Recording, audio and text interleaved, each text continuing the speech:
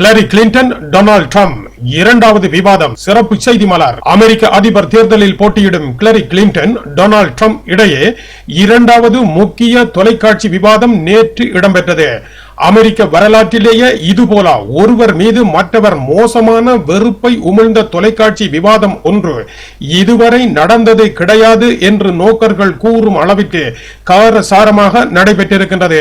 சுமார் 1.5 மணி நேரம் நடைபெற்ற விவாதத்தில் சேறு வீச்சு மிக அதிகமான நேரத்தை பிடித்திருக்கின்றது. இந்த தடவை நடந்த நேரடி விவாதத்திலும் ஹிலரி கிளின்டனே வெற்றி பெற்றதாக தெரிவிக்கப்பட்டிருக்கின்றது. 57% ஹிலரி கிளின்டனே வெற்றி பெற்றதாக கருத்துரைத்துள்ளனர். டொனால்ட் ட்ரம்ப் தன் மீது வைக்கப்பட்ட கேள்விகளுக்கு முன் யோசிக்காமல் பதில் உரைத்ததால் கூண்டுக்குள் அடைக்கப்பட்ட சிங்கம் போல அங்கும் இங்கும் நடந்தார்.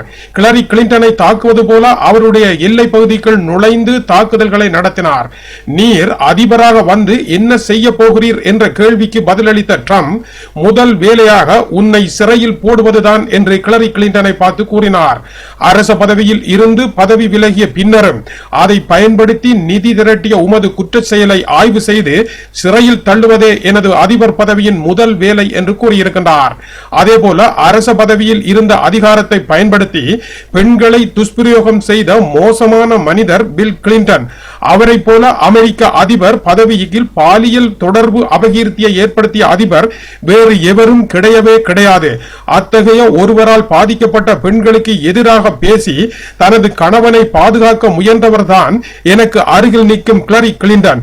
இவர் எப்படி பெண்களின் ஆதரவை பெற்ற வேட்பாளராக இருக்க முடியும் என்றும் டொனால்ட் ட்ரம்ப் ஹிலரி கிளின்டனை பார்த்து கேள்வி எழுப்பினார்.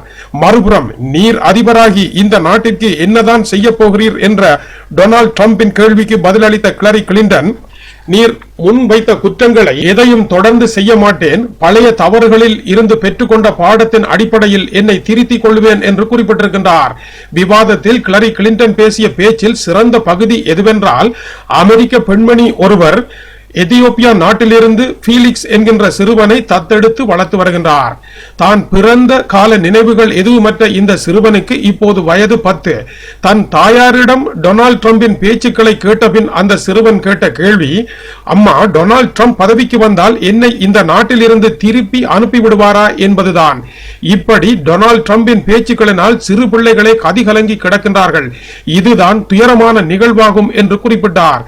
பெண்கள், கருப்பர், தத்தெடுக்க கரிபியன் நாட்டவர்கள், வெளிநாட்டு மக்கள், இஸ்லாமியர் என்று அமெரிக்க சமுதாயத்தின் வெள்ளையர் அல்லாத சமூகங்களை ஒன்றிணைத்து வெற்றியை தேடும் தந்திரத்தை டொனால்ட் ட்ரம்ப் தனது பொறுமை குறைவால் கோட்டை விட்டு விட்டார் என்றும், பெண்கள் குறித்த அவர் தெரிவித்த ஒலிநாடா செய்தி அவருடைய தேர்தல் தோல்விக்கான வாட்டர்லூ போர்க்களம் என்றும் நேற்றே செய்திகள் கூறியிருந்தன.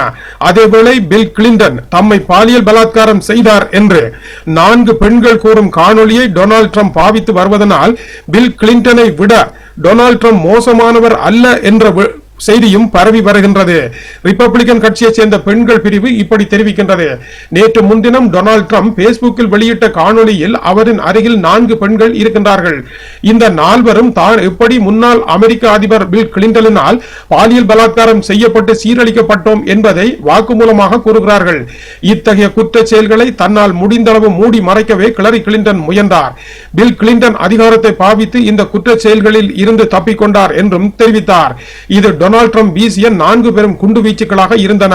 பவுலா ஜோன்ஸ், கேட்டே கெல்டன், யுவானிட்டா புரோட்ரிக், கேட்லின் லில்லி ஆகிய 4வரும் டொனால்ட் ட்ரம்புக்கு அருகில் இருந்து வாக்குமூலம் அளிக்கின்றார்கள். டொனால்ட் ட்ரம்பின் பெண்கள் தொடர்பான வக்கிர பேச்சை ஏற்க முடியாதென மறுபுறம் முன்னாள் அதிபர் வேட்பாளர் மெக்கெயின், முன்னாள் ரிப்பப்ளிகன் கட்சியினுடைய வெளிநாட்டு அமைச்சர் Condoleezza Rice, Idaho's senator Mike Crapo, New Hampshire senator Kelly Ayotte, Alaska senator Lisa Murkowski, Maine state senator Susan Collins, Alabama governor Robert Bentley, Alabama Republican இல்ல பிரதிநிதி Martha Roby, Ohio senator Rob Portman ஆகிய செனட்டர்கள் ட்ரம்பின் கட்சியைச் சேர்ந்த 9 முக்கிய பிரமுகர்களாகும்.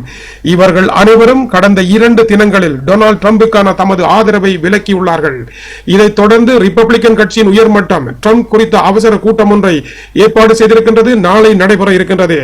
அமெரிக்கராக பிறந்ததற்காக பெருமைப்படுகிறேன், அமெரிக்க மக்களை நேசிக்கிறேன் என்ற டொனால்ட் ட்ரம்பின் உச்சரிப்பே அவருடைய முழுநீள பேச்சின் சிறந்த கிளிப் என்று கூறப்படுகின்றது. அமெரிக்க அதிபர் வேட்பாளர்களிடையே நடைபெற்ற சிறப்பு தொலைக்காட்சி உரையாடலுக்கான சிறப்பு பதிவுகள். டென்மார்க்கில் இருந்து கீசே துறை.